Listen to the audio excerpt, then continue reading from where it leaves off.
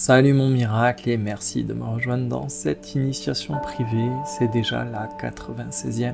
Je suis reconnaissant pour ta fidélité, cette idée de te savoir là jour après jour me donne l'envie, l'élan, l'énergie nécessaire pour continuer de m'enregistrer encore et encore, continuer de partager mes réflexions. Et aujourd'hui, je t'amène sur notre chemin initiatique, tu sais, celui qui est à flanc de montagne. On va prendre de la hauteur concernant le thème du jour qui est le bourgeon. Et derrière le fait de regarder un bourgeon, il y a une autre vérité et je vais t'amener là-dessus. C'est que la vie recommence bien souvent, presque toujours, dans un endroit que ton impatience ne sait pas respecter. Et là, je te fais tout de suite une confidence. Un de mes tout premiers tatouages que je me suis fait là sur la main, c'est un sablier. Parce que je suis un impatient chronique. J'ai envie de dire j'ai de plus en plus de patience. Mais l'impatience, c'est quelque chose que j'ai longtemps expérimenté, malgré moi. Donc à travers ce bourgeon aujourd'hui, on va parler de notre manque de tolérance vis-à-vis du rythme de ce bourgeonnement à l'intérieur. Quand quelque chose recommence en nous, ou quand on aimerait que ça recommence en nous, quand un cycle démarre, une idée, un élan, un projet, finalement un projet, ce n'est rien de plus qu'une envie récurrente, une variation d'une envie très profonde, donc c'est quelque chose qui recommence, on aimerait que ça recommence comme ça, fort, limpide, d'un coup. On voudrait que ce soit déjà installé, comme si tu balançais une tente Quechua là, qui se monte automatiquement. T'aimerais que ton recommencement, ton élan, plof, ça prenne du volume comme du popcorn. Ça y est, quelque chose est revenu, quelque chose est lancé, c'est là, c'est solide, je le vois, ça clignote. Mais la vie, y compris la vie en toi, elle travaille autrement. Je te l'ai dit, ça commence serré, replié sur soi, protégé, larvé, dans une forme, un mode d'expression qui dit en gros je pousse, je me garde, je me réserve. Et regarde à quelle vitesse se déploie un bourgeon, c'est à peu près la même vitesse en toi. T'as une force qui revient, mais elle revient fragile. T'as une envie qui revient et elle revient timidement. T'as une vérité profonde qui avance vers toi et elle rampe comme une ombre, à voix basse. Ça débarque pas en grand avec un drapeau qui vient se planter sur ton cœur. C'est vraiment avec une petite étincelle, un petit oui à l'intérieur. Quelque chose qui dit oui, là ça bouge à nouveau. On a beaucoup de mal à honorer la reprise, cette refloraison en fait. La fleur, une fois que ça y est, elle est développée, elle est ouverte, tout le monde comprend, c'est bien visible, c'est bien lisible, ça sent bon, c'est beau. Et ça permet de faire une belle photo. La reprise, tout ce qu'il y a avant, ça demande un autre regard, un regard plus tendre, plus fin, plus lent aussi. Parce qu'au moment du bourgeon, t'as presque rien à voir. Le bourgeon, il a presque rien à montrer. Il est juste la preuve qu'il y a quelque chose qui insiste. Et tu vois, au niveau de notre vie, à l'échelle humaine, il y a des phases beaucoup plus spectaculaires que notre bourgeonnement. Par exemple, l'effondrement. L'effondrement, c'est très spectaculaire. On fait un burn-out, on fait une dépression, on a une grosse rupture dans notre mode de fonctionnement. Ça fait date. Tu vois, c'est un vrai événement. C'est un truc qui prend de la place. Mais le vrai moment délicat, finalement, c'est le retour. Quand après cet effondrement, il s'est écoulé du temps, et petit à petit, le retour arrive tout doucement. Parce que tu sors d'une fatigue, tu arrives au bout d'une tristesse, au bout d'une confusion. En fait, tu as un léger dégel à l'intérieur. Et du coup, il y a un tout petit mouvement. Tu respires un tout petit peu mieux. Tu te redresses un tout petit peu plus. Tu réponds avec un tout petit peu plus d'assurance, de clarté. Et tu sens un désir tout simple revenir. C'est tout ce qu'on a vu durant le mois de mars. Je t'invite à écouter les défis et les initiations du mois de mars. C'est cette sève qui monte tout doucement, qui dégivre finalement ce qui était givré et qui permet la remise tout doucement en mouvement. On peut dire que durant tout le mois de mars, on a bourgeonné. Mes chers miracles. Et donc on avait ces petits désirs de faire, de ranger, de classer, de rouvrir quelque chose qui était fermé, de fermer quelque chose qui tournait en boucle, de nous aligner doucement sur notre vérité, de manière à ce que la sève, le canal soit désencombré, que la sève puisse circuler, monter, pour faciliter le bourgeonnement. Et ce moment-là, il est délicat et il est précieux. Alors on n'y prête pas souvent attention, mais il est très fragile. Et c'est un trésor parce qu'il contient une renaissance entière. Il contient toute la fleur, il contient toute l'arbre, il contient tout ton futur toi, ce bourgeonnement. Mais c'est aussi le moment où tout peut casser. Ça, tu peux reprendre une gelée par-dessus, et généralement, tu peux le bousiller, le piétiner avec ton exigence, ta propre exigence. Parce que ce petit frémissement, généralement, on ne respecte pas son tempo. On voudrait le précipiter, l'accélérer. On voudrait que ce bourgeon devienne tout de suite une fleur, on voudrait que ce frémissement devienne tout de suite une preuve. Je vais même plus loin, on voudrait tout de suite que ça porte ses fruits. On exige tout de suite que ça porte un résultat. Comme si tu pouvais dire, bon ok, je sens que ça bouge en moi, que ça revient, si ça revient, montre-moi ce que ça donne. Prouve-moi que tout a changé. Alors qu'en fait, pour bien bourgeonner, bien fleurir, la vie a besoin d'un abri, a besoin de sa propre cadence. Si tu regardes bien un bourgeon, c'est une poussée qui est enveloppée. Tu vois, c'est cette sève, c'est ce potentiel qui est enveloppé, qui est tenu, qui est gardé. En fait, la vie, elle met de la retenue là-dessus. La vie est si intelligente que si elle pouvait le faire, elle le ferait apparaître comme on fait péter du popcorn. Non, au contraire, elle y met toute une intelligence du rythme. Elle ne balance pas tout dehors d'un coup, comme si c'était un poète-poète et que la fleur se développe comme ça, d'un coup, en un battement de cils. Au contraire, elle concentre, elle rassemble, elle prépare, elle intensifie, elle densifie. Et ça nous en dit beaucoup par rapport à un réflexe assez violent qu'on a envers nous-mêmes. Quand quelque chose recommence en nous, on veut l'exposer trop tôt. Alors là, je te le partage, combien de fois j'ai fait ça. Il y a quelque chose qui recommence en nous et on le prononce trop vite. On se promet des choses trop vite à partir de ça. On s'évalue trop vite, on se juge trop vite. On veut déjà savoir où ça va nous amener. On veut déjà en mesurer toute la portée. On veut déjà annoncer le printemps. C'est un minuscule début de bourgeon qu'on voudrait déjà que ce soit une fleur, un arbre et tous les fruits de l'arbre qui aurait poussé après et toute la forêt. Et quelquefois, et j'ai envie de dire bien souvent, toute cette précipitation, ça abîme ton bourgeon, ça abîme la reprise. Parce que cette reprise-là, ce truc qui bourgeonne en toi, ça a besoin de protection. Avant d'avoir besoin d'expansion. L'expansion viendra après. Pour te le dire autrement, en fait, il y a des recommencements qui crèvent, qui se dessèchent, ou qui gèlent, ou qui sont piétinés à cause d'un regard brutal. Et donc, ce qui avait bourgeonné en toi, et si ça meurt, c'est pas que c'était faux, c'est que c'était tellement jeune que ça avait besoin de silence, ça avait besoin de chaleur, d'un peu de paix autour. Ça avait besoin d'être densifié, ça avait besoin d'être protégé, d'être nourri. Ça avait besoin que tu arrêtes d'exiger, de demander que ce petit bourgeon prouve sa valeur. Ces petits recommencements-là, ces jeunes pousses, avaient besoin que tu les laisses devenir, que tu leur laisses le temps de devenir quelque chose. Et je parlais de gel, de casse, de piétinement tout à l'heure. Regarde le nombre de fois, moi ça m'est arrivé un nombre incalculable de fois, où j'ai évoqué mes recommencements, mes bourgeons, je les ai partagés autour de moi. Mais qu'est-ce qui se passe quand tu le fais trop tôt ? En fait, tu prends un coup de froid, ou tu prends une semelle sur on vient soit te marcher dessus, soit souffler vraiment un vent glacial.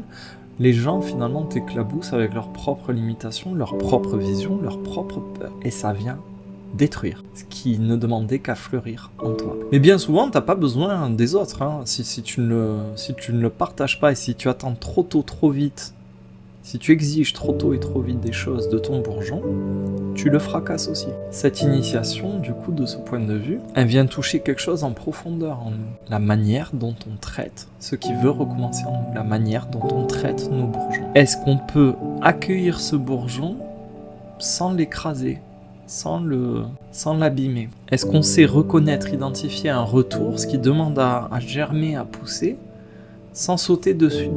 Est-ce qu'on est capable de dire, et je m'inclus dedans, parce que j'étais très dur, je me suis vraiment là-dessus, c'est plus que dur, j'ai été très violent, très radical. Les gens qui me connaissent autour de moi, généralement ce qui revenait, pour me définir, c'est quelqu'un d'excessif. Soit tout, soit rien. Soit de suite, soit jamais. Et donc envers mes projets, envers mes envies, tout ce qui bourgeonnait en moi, très radical, vraiment très brutal. Donc ça nous demande aujourd'hui, ça nous pose la question, est-ce qu'on sait dire à nos bourgeons, je te vois, je ne te brusque pas, je vais te laisser grandir, je vais te laisser fleurir. et je vais voir ce que ça donne. Et ce que je suis en train de te dire, ça peut concerner ta relation à toi-même, ça peut concerner un projet, donc là moi je te parlais par rapport à mes projets essentiellement, ça peut concerner ta foi, ça peut concerner ta confiance, ton goût de vivre, ton rapport au corps, même ton rapport à l'amour. Il y a même certainement quelque chose qui est en train de repousser en toi. Ça se fait en ce moment. Et ce truc qui repousse en toi tout doucement a surtout besoin d'une douceur structurée. Au fond, ce bourgeon, il nous parle de quelque chose qu'on aborde assez peu, c'est la dignité de ce qui est inachevé. On a été éduqué, conditionné, formaté comme ça pour aimer ce qui est accompli. On aime ce qui est très lisible, ce qui a déjà une forme et qu'on peut nommer. On va largement préférer la beauté d'une fleur à la beauté d'un bourgeon. Notre cerveau marche comme ça, il va préférer les choses claires que les choses qui sont en cours, en route. Mais la vie, elle passe la plupart de son temps dans des formes intermédiaires. Mais même nous, en fait, on aimerait, même nous,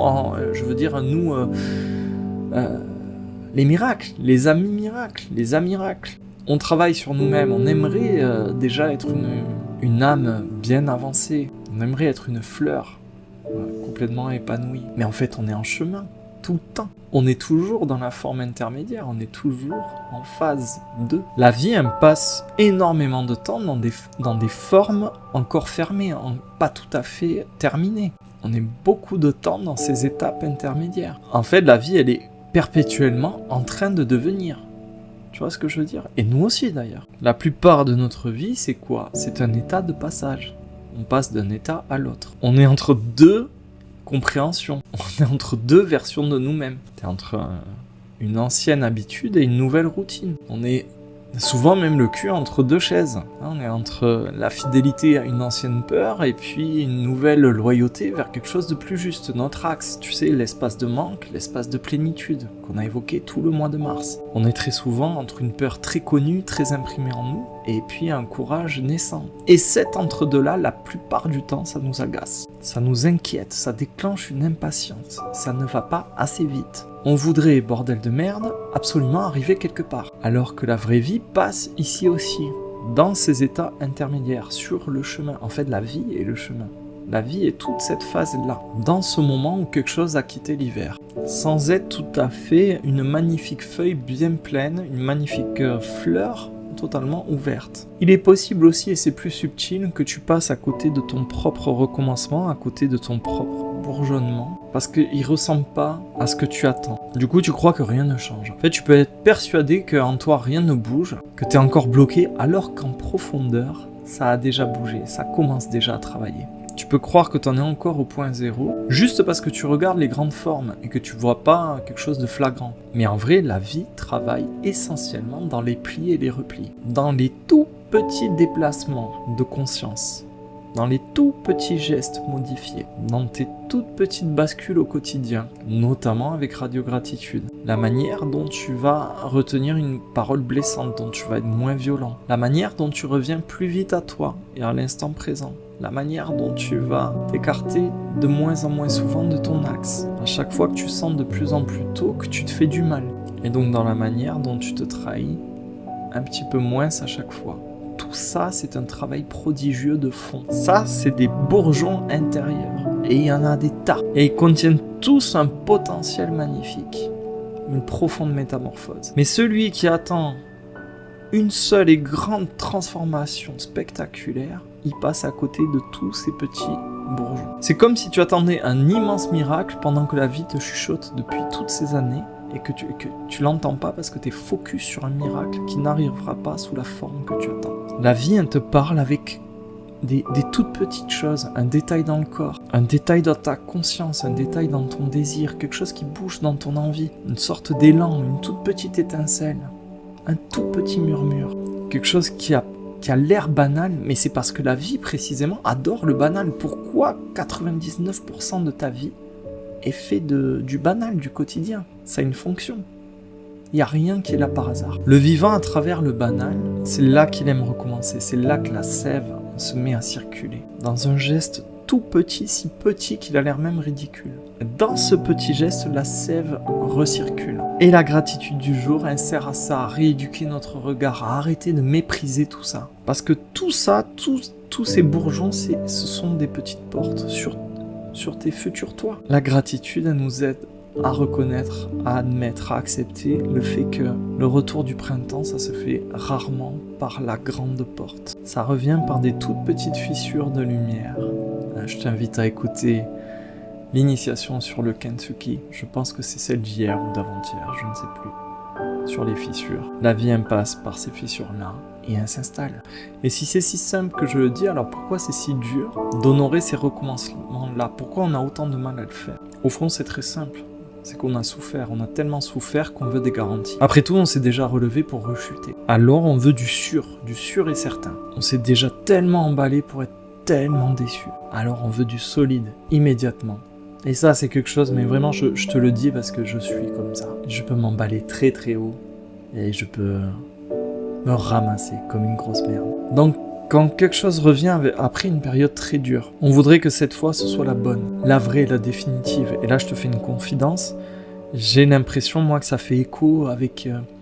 J'essaie justement d'aborder ma reprise du tatouage le plus sereinement, le plus tendrement possible.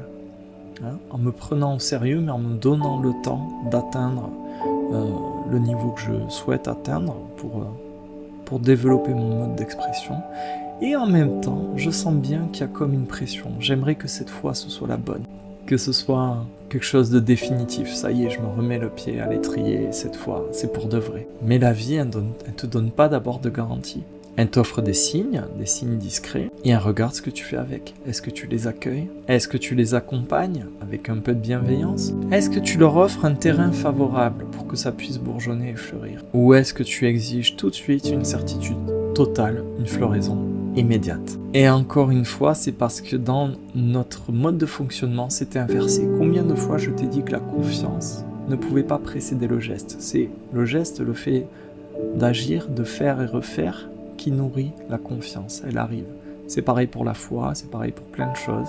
Eh bien là, la certitude totale, elle arrive après la foi, après la fidélité. Pas avant. D'abord, tu prends soin du bourgeon, tu réunis toutes les conditions, le temps, la protection, la chaleur, le respect, le regard qu'il faut, et ensuite tu découvriras jusqu'où allait la promesse. Et tu verras à quel point c'était une fleur magnifique. Donc au fond, on en est là. On commence à monter très très haut sur notre montagne. Le bourgeon, en fait, t'enseigne une sorte de confiance, de foi. Une foi, une confiance qui t'invite à regarder une reprise, un bourgeon fragile, et qui te propose de te placer dans cette posture. Je vais te servir au mieux, au lieu de te tester et d'exiger de toi. Ça change beaucoup de choses. Il y a une grande différence. Tester, ça met la pression. Servir, ça crée des conditions propices. C'est comme si tu apportais de l'eau, du temps, une présence régulière, du soin, de l'ensoleillement. Et du coup, dans ta vie intérieure, servir un recommencement, un bourgeonnement, ça veut dire quoi? Ça revient à le protéger des scénarios. Ça revient à le protéger de ton mépris. Ça veut dire honorer chaque petit pas, chaque millimètre de bourgeonnement. Ce qui demande de respecter le rythme exact. Et ce qui implique d'arrêter de demander à la vie de se caler sur le rythme de ta peur. Et donc pour ça, toi, tu as besoin de te caler sur le tempo du vivant. Ça change complètement ta posture. À partir de là, tu n'es plus quelqu'un qui attend d'aller mieux. Comme ça. Tu deviens un être qui est capable de voir en lui ce qui revient et qui collabore avec ce retour. C'est comme si tu te reconfigurais, tu t'organisais naturellement autour de ce bourgeon. Tu vois, si tu remarques, tiens, aujourd'hui j'ai un peu plus d'élan d'entrain, tu vas arrêter du coup de te fixer 10 objectifs à partir de ce coup de patate qui revient. Si tu as un peu plus de clarté aujourd'hui, tu vas pas tout d'un coup écraser ça avec 50 nouveaux projets. L'idée, et c'est pleinement aligné sur tout ce qu'on a fait avec le mois de mars, en fait l'idée c'est que tu désencombres, tu facilites le passage de la sève. Prends conscience que tes petits actes, ton petit alignement, c'est ça qui va fluidifier, qui va faire de toi un canal parfait pour que la sève circule. Ton rôle, c'est d'aider la sève à monter patiemment, tranquillement, avec cette confiance absolue. Et c'est ça qu'il y a dans le bourgeon finalement d'une manière invisible, c'est la montée de la sève. Il y a quelque chose qui circule avant d'apparaître. Il y a quelque chose qui prépare la forme avant de l'exposer, avant qu'elle puisse s'exprimer. Et dans nos vies, la plupart des choses se jouent là. Il y a beaucoup d'énergie, d'émotions qui circulent en nous avant que les autres puissent l'identifier, avant que ça se manifeste à l'extérieur. Et donc la gratitude du jour, elle consiste aussi à honorer, à reconnaître, honorer, rendre grâce à cette circulation en nous, à cette sève qui circule, à sentir que ça vit de nouveau, à sentir au fond de toi que l'hiver n'a pas gagné, il est terminé, et que le printemps arrive tout doucement. Et je vais revenir sur cette idée que l'hiver n'a pas gagné. En fait, à chaque fois, ce qu'il fait l'hiver, c'est qu'il occupe beaucoup de place. Vu que c'est pas forcément agréable, on croit que c'est définitif. Et on a tendance à prendre nos saisons comme des verdicts. Et il suffit que tu sois dans une période où c'est un petit peu plus dur, un petit peu plus lourd, un petit peu plus sec. Et t'as tendance à te condamner. Je suis comme ça, je suis fini, je suis foutu. Alors qu'on est dans un cycle, on est dans une saison. Et une saison, ça travaille en tâche de fond. Une saison, ça façonne, ça prépare, ça épure, ça se met au service de la saison suivante. Donc même si tu es au cœur, ou si tu as été au cœur d'un hiver très rude à l'intérieur, la vie garde toujours une petite réserve de vie, ça va toujours repartir. Si tu suis quelques initiations depuis quelques jours, tu comprends que la modification de la qualité de notre regard est au cœur de ce que je te fais faire. Regarder un bourgeon comme s'il allait te révéler un secret, c'est pour favoriser chez toi un regard qui peut se laisser toucher, pour assouplir ta manière de voir, pour que tu puisses voir plus doucement, plus précisément, que tu puisses voir plus tôt ce qui est en train de revenir. Et on peut soigner beaucoup de choses si on apprend à les voir plus tôt. Tu peux soigner une relation si tu vois plus tôt qu'elle est en train de se fermer. Tu peux soigner ta fatigue si tu vois plus tôt qu'il y a un trop-plein. Tu peux soigner ta dignité si tu vois plus tôt que tu es en train de te trahir. On pourrait même soigner la société si on voyait plus tôt qu'elle est déconnectée de l'humain. Quoi qu'il en soit, on soigne son élan en voyant plus tôt qu'il recommence, qu'il est en train de bourgeonner. Et quelque chose qui peut faire grandir notre conscience aujourd'hui à propos de ce regard concernant le bourgeon, qu'il soit sur une branche à l'extérieur ou en toi, c'est que ce genre de regard-là, sur les bourgeons, ça nous oblige à ralentir suffisamment pour rencontrer une loi de la réalité. Une loi que tu peux pas entendre et encore moins comprendre quand tu es dans le tourbillon et le chaos de ce monde de fous. C'est que tout ce qui vaut vraiment de la peine apprend d'abord à pousser à couvert. Tout ce qui compte vraiment prend du temps pour fleurir. L'amour pousse à couvert, la confiance pousse à couvert.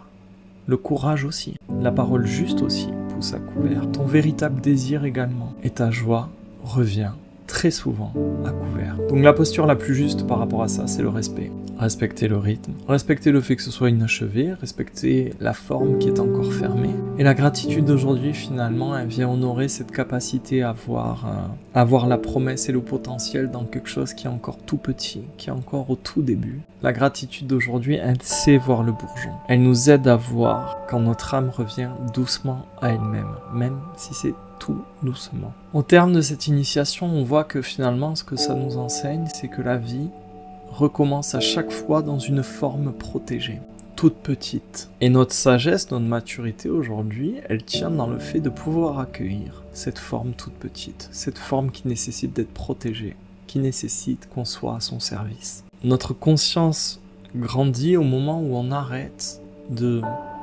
d'accorder de la valeur uniquement à la fleur, uniquement à ce que ça va donner. Quand on apprend à bénir de tout notre cœur le bourgeon, le potentiel, ce qui est là sous nos yeux. Parce qu'on est capable du coup de remercier le bourgeon, pas pour ce qu'il va accomplir, mais pour ce qu'il est actuellement. Et c'est pareil pour nous-mêmes, et c'est pareil pour les autres. Et donc, à ce stade de l'initiation, on peut se demander sincèrement, est-ce qu'on sait protéger en nous ce qui est en train de recommencer, ce qui est en train de bourgeonner avant même que ça fleurisse? Et on va aller tout de suite prendre notre bain de gratitude, on va ralentir un peu notre respiration, on va inspirer profondément mais sans remplir complètement nos poumons, on va abaisser nos épaules, redresser un tout petit peu nos cervicales et on va expirer la langue posée comme si on voulait faire de la buée contre une vitre. On va respirer 2-3 fois sur ce cycle-là et on va bien sûr aller honorer le bourgeon. On va remercier cette vie qui revient doucement, que ce soit à l'extérieur de nous ou à l'intérieur de nous. On va remercier tout ce qui pousse à l'abri à l'abri du fracas du monde. Merci pour tout ce qui se prépare en silence. Merci pour ce tout petit signe de vie qui porte en lui déjà beaucoup. Merci pour les jours aussi où ça revient en moi, tout doucement, tout discrètement.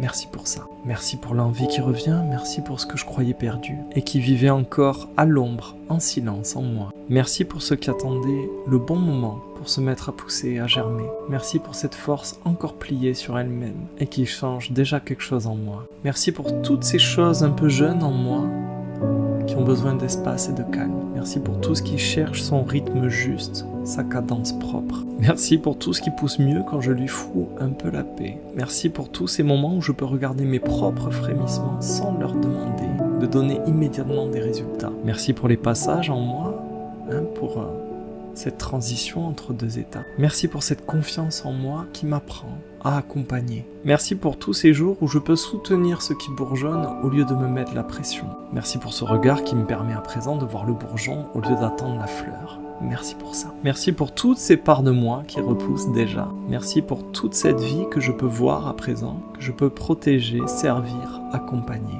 Merci, merci, merci. Au terme de cette initiation et de ce bain de gratitude, on peut se demander, toi et moi, est-ce qu'on sera capable d'honorer ce qui recommence en nous avant même que ça se voit à l'extérieur? Je t'invite à partager ton ressenti, ton expérience, à témoigner sur le groupe WhatsApp, il est fait pour ça. Si cette initiation t'a touché, t'a particulièrement parlé, n'hésite pas à nous le dire sur le groupe, n'hésite pas aussi à soutenir Radio Gratitude, tu as le lien pour les dons libres sous cette vidéo. Quoi qu'il en soit, je continue mon petit bonhomme de chemin, je prépare les prochaines étapes de notre long périple et j'espère avoir le plaisir de te retrouver demain dans la prochaine initiation privée. Bye bye.